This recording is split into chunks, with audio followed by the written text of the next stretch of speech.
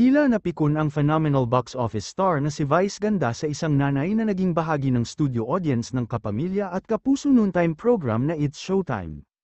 Base sa isang video clip na napapanood sa TikTok, makikita ang naging reaksyon ni Vice sa nanay ng isang batang nagpa-picture sa kanya sa loob ng studio ng It's Showtime.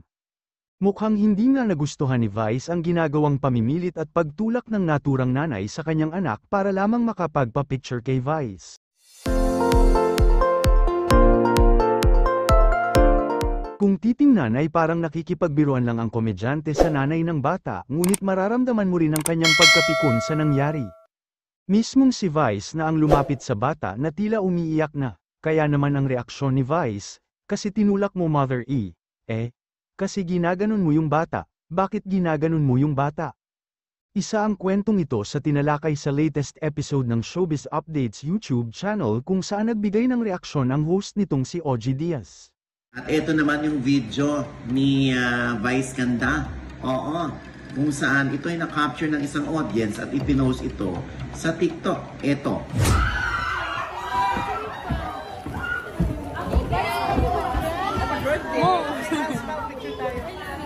Kasi tinulak mo, mother.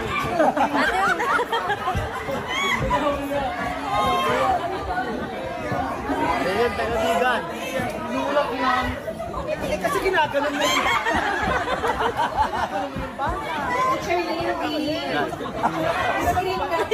Oh, kita niyo na?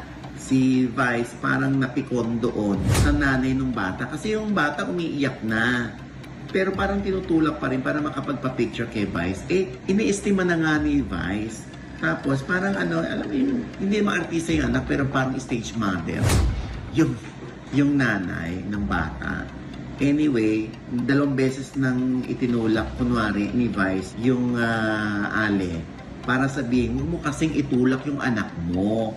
Umiiyak na tuloy, tulak ka ng tulak, parang ganon. At talagang sinabi ng isang commenter dyan, nakuha ni Mami yung pika ni Vice.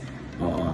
Yung iba naman, talaga namang kinampihan si Vice Ganda sa naging behavior nito towards dun sa nanay na parang ipinagtutulakan yung kanyang anak.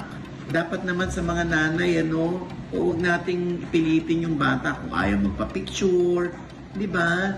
Mga bata yan, di ba? Siyempre, ang unang-unang mag-aalaga ng mental health ng bata ay ang nanay niya. Kaya huwag nating inilalagay sa hindi magandang sitwasyon yung bata. Alam ko naman yung kagustuhan ng nanay na makapagpa-picture kay Vice at ma-flex ito sa kanyang post sa Facebook. Siguro, 'di ba? Para may pagmalaki niya na may picture ang anak ko kay Vice Ganda. Kaya lang nga, ano ipopost mong picture yung lumuluha yung anak mo? 'Di ba? Ako may mga ganyan talaga. May mga